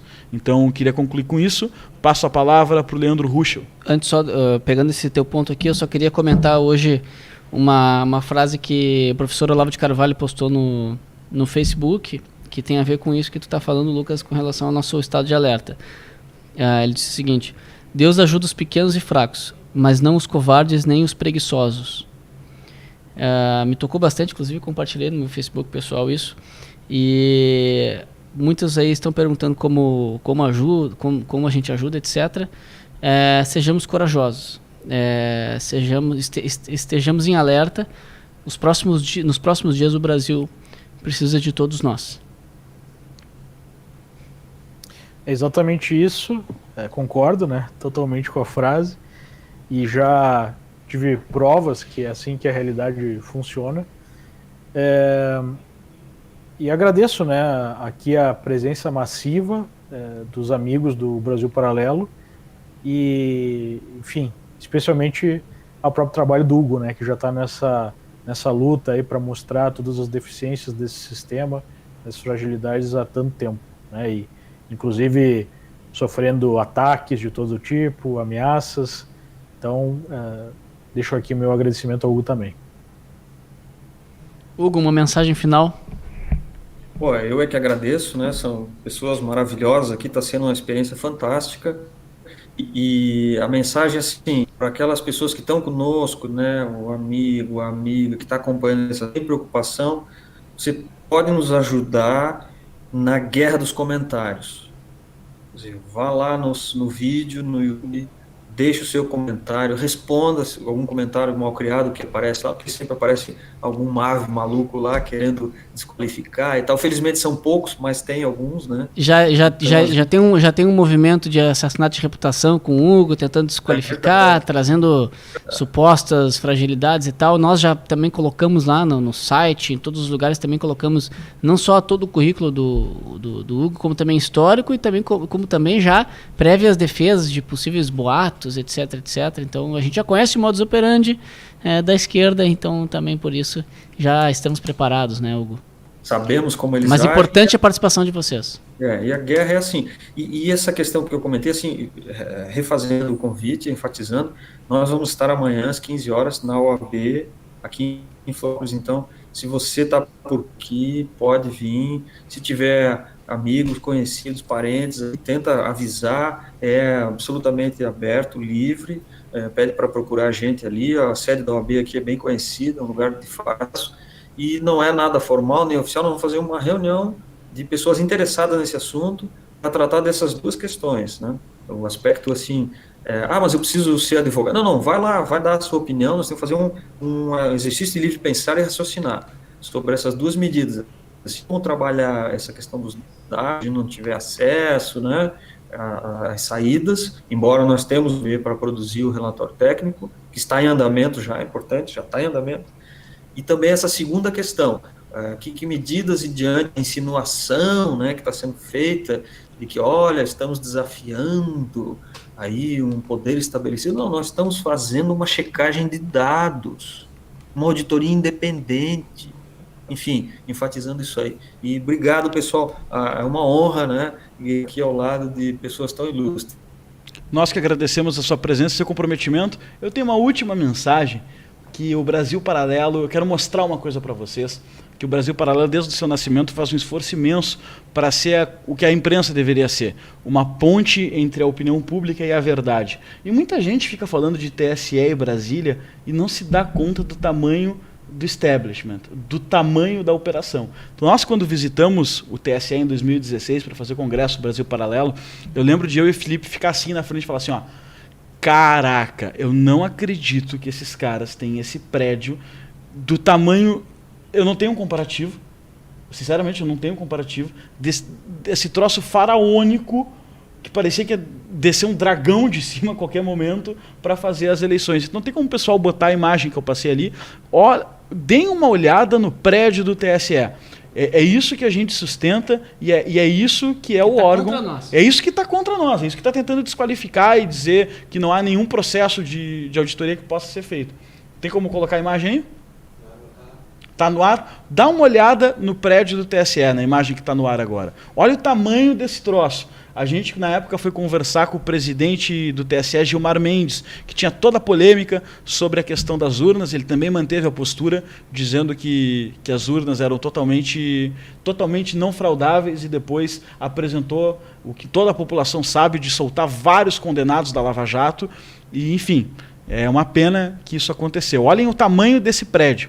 Deem uma olhada, e é tudo luxo por dentro, tá? São tapetes persa, mesa de mármore na sala do presidente, é luxo atrás de luxo. Será que foi superfaturado também? Será que foi superfaturado também? Qual a dúvida? Sei lá, né? O pessoal nos comentários está realmente um choque. A primeira vez que eu fui visitar Brasília, o meu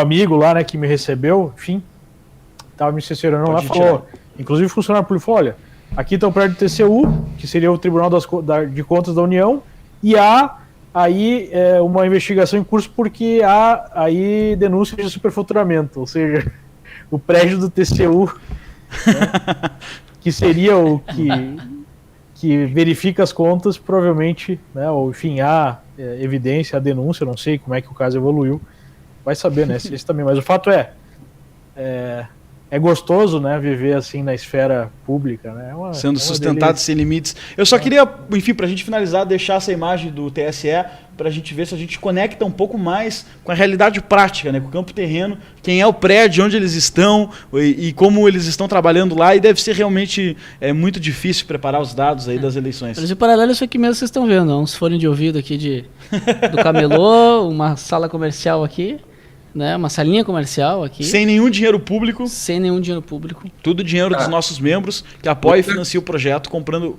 a assinatura para estudar com a gente. Fala, Hugo. Importante, sem lei Rouanet, né? Sem lei Rouanet, sem nada de dinheiro público, sem nada disso, entende? A gente faz o nosso trabalho 100%, não é 99,9%, é 100% com o dinheiro dos nossos membros que estudam conosco ao assinar o Brasil Paralelo. Aqueles que estão aqui nos acompanhando, que tem interesse em estar mais próximo de nós, tem interesse em nos apoiar e estar junto, eu diria que o primeiro convite que a gente faz não é nem que você então se torne membro, não. Antes ainda precisamos criar uma relação de confiança. Então assista todo o material que nós disponibilizamos gratuitamente no nosso canal. Documentários sobre a história das ideologias que predominam no Brasil, história do socialismo, documentários sobre aparelhamento de Estado, documentários sobre a história do Brasil, que já foram assistidos por mais de 10 milhões de pessoas. Ou seja, nós fazemos um trabalho de conscientização do povo brasileiro. Então assista lá. crie um relacionamento conosco. Nós estamos preparados aqui justamente para expandir mais a nossa mensagem, levar mais adiante. E se assim você achar que nós merecemos continuar esse trabalho, eventualmente você pode se tornar um membro assinante do Brasil Paralelo. E aí você ainda, além de financiar isso e proporcionar que eventualmente a gente cresça, consiga expandir ainda as nossas operações aqui, você também vai ter acesso a mais de 900 aulas aprofundadas sobre os temas mais importantes, com os maiores especialistas do Brasil, de Olavo de Carvalho, Ícaro de Carvalho, Alexandre Borges. Tem membro da Academia Brasileira de Letras, tem historiador que já escreveu mais de 60 livros, cientista político, mestrado em Stanford, não falta coisa. Não falta coisa. Todas as terças-feiras, amanhã nós temos um núcleo de formação, aulas ao vivo para todos online, para todos os alunos membros online e também presencial aqui no Brasil Paralelo. Aulas com professores também de variadas áreas, onde a gente aprofunda mais ainda os nossos temas.